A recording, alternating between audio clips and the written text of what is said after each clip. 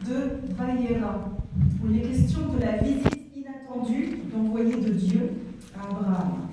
Vous vous souvenez peut-être de cet épisode? Abraham lève les yeux, il aperçoit des visiteurs et il les accueille avec beaucoup de bienveillance.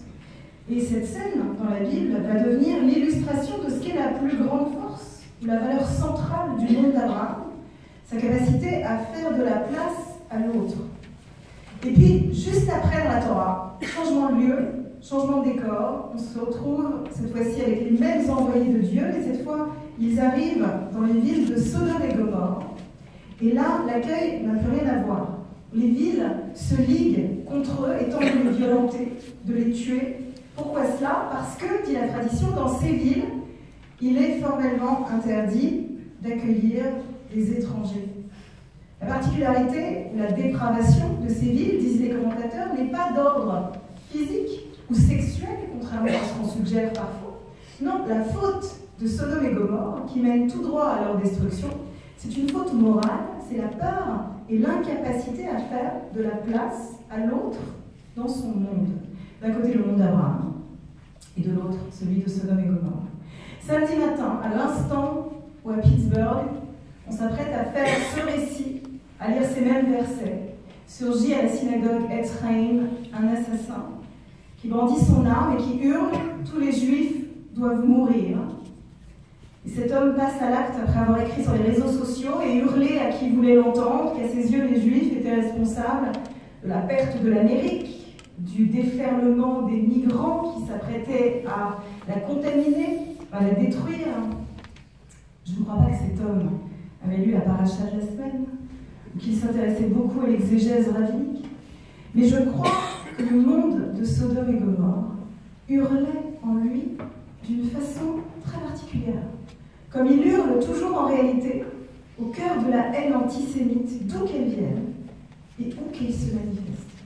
La haine anti-juive, vous le savez, a pris dans l'histoire des formes et des visages différents. Elle a constamment muté comme un organisme capable de renaître sous des formes nouvelles, parfois inattendues.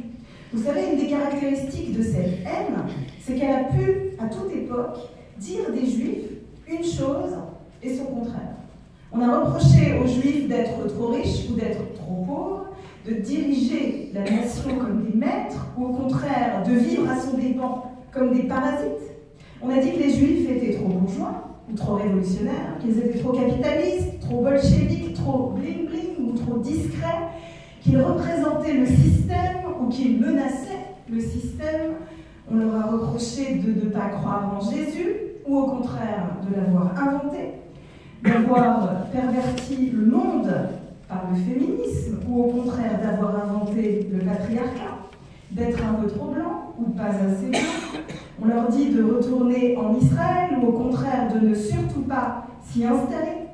On leur reproche d'être un peu trop différents, mais d'être un peu trop comme les autres à la fois. Et on pourrait continuer comme ça cet inventaire à l'après-vert à l'infini, sans jamais épuiser son incohérence. Le discours antisémite n'a pas besoin d'être cohérent pour lutter et retrouver toujours de la vigueur.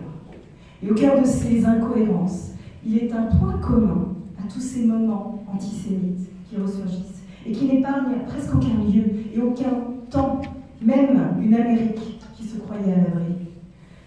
Le Juif est toujours perçu, à un moment donné, comme la figure d'altérité, soit parce qu'il est l'autre, avec un grand A, soit parce qu'on l'accuse de faire rentrer de l'autre dans notre monde, alors qu'on voudrait tellement ne pas y être dérangé. On l'accuse de rendre le monde, ou les frontières, ou les identités, ou les idées un peu trop poreuses. Et rien n'est plus angoissant pour celui qui croit qu'il existe sans l'autre. Tenter de se débarrasser du Juif, c'est toujours s'imaginer qu'on va pouvoir faire sans l'autre. Et cette illusion mortifère, dans la tradition biblique, eh bien, elle porte le nom d'un lieu, Sodome et Gomorrhe, voué à la destruction.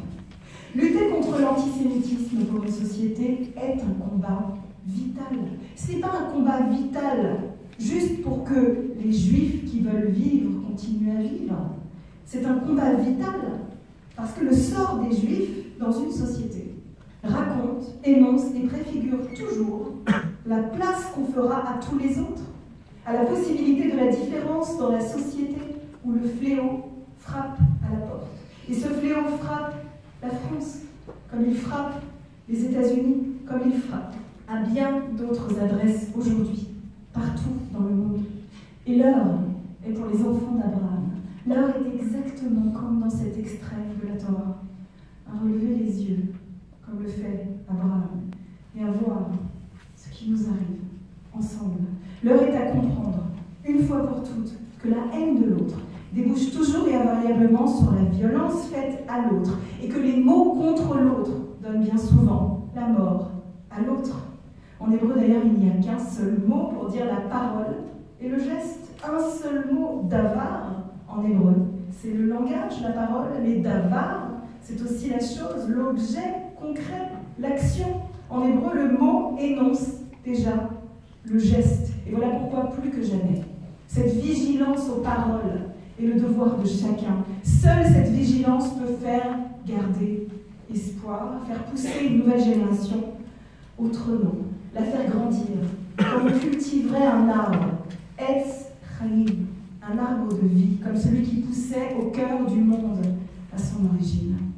Alors que le souvenir des victimes de Pittsburgh, de toutes les victimes du terrorisme, du racisme, de l'antisémitisme, nous oblige et nous guide encore dans les années à venir.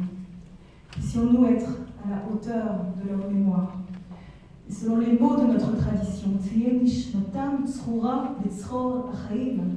que leur âme soit tissée, cousue, attachée au fil de nos existences. Amen.